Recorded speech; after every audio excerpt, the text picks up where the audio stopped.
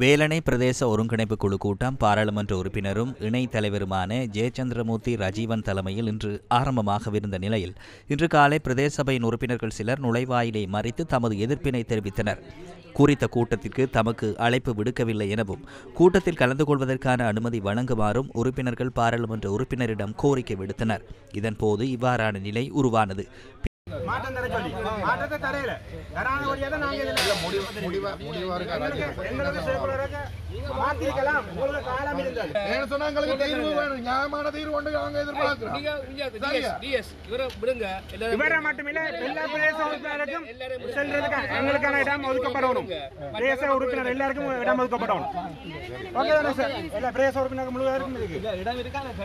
பின்னர் மறியலில் ஈடுபட்ட உறுப்பினர்களுக்கு மக்களுடன் அமர்ந்து கூட்டத்தை பார்வையிடுமாறு அழைப்பு விடுக்கப்பட்ட பின்னர் ஒருங்கிணைப்பு குழு கூட்டம் ஆரம்பமானது.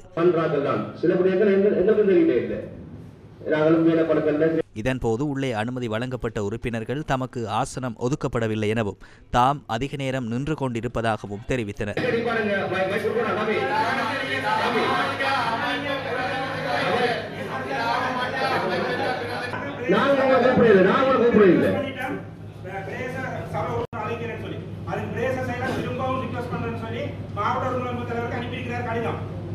பின்னர் அவர்களும் அமர்வதற்கான ஆசனங்கள் வழங்கப்பட்டு தொடர்ச்சியாக கூட்டத்தில் கலந்து கொள்வதற்கான அனுமதி கிடைத்தது.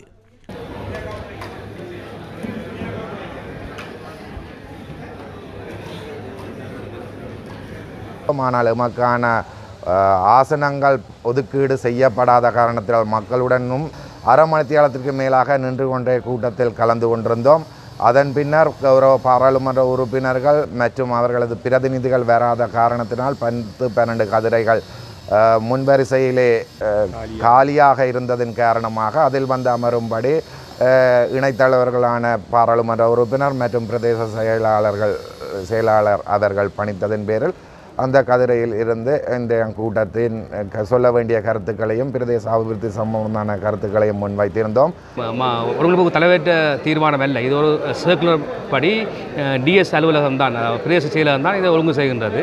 அவர்களுடைய ஏற்பாட்டிலே தான் நானும் அழைக்கப்பட்டிருந்தேன். இந்த கூட்டத்துக்கு நான் வந்தேன். வாசலை வைத்து என்னை மறைத்தார்கள். நான் வர முடியாமல் இருந்தது. அதே போன்று என்னை தள்ளியும் விடுற நிலையில் இருந்தார்கள். எனக்கு கொஞ்சம் இருந்தால் அடித்து விருப்பாக இருந்தது. எனவே வருகின்ற நாட்களிலே இது சம்பந்தமாக மாவட்ட ஒருங்கிணைப்பு குழு தலைவரோடும் மாவட்ட செயலாளருடைய செயலாளருடையும் கலைத்து அது சம்பந்தமான ஒரு முடிவான தீர்மானத்தை எடுப்போம் என்று நம்புகிறேன். இதேவேளை இன்று நடைபெற்ற வேலணை பிரதேச செயலகத்தின் ஒருங்கிணைப்பு குழு கூட்டத்தில் பல்வேறு விடயங்கள் கலந்துரையாடப்பட்டன. துறையூர் மீன் சந்தையை பிரதேச சபையின் ஆளுகைக்குள் கொண்டு வருவதற்கு இடமளிக்க வேண்டும் எனவும் பிரதேச சபை உறுப்பினர்கள் இணைத் தலைவரிடம் கோரிக்கை விடுக்கப்பட்டதை அடுத்து துறையூர் மீனவர் பிரதிநிதிகளுக்கும் உறுப்பினர்களுக்கும் இடையில் அமைதியின்மை ஏற்பட்டது.